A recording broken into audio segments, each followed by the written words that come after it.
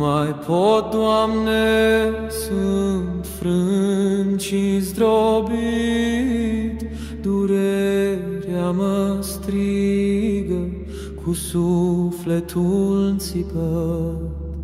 Căzut printre umbre, cu genunchii plecați, te chem, te aștept din tărâna de frat.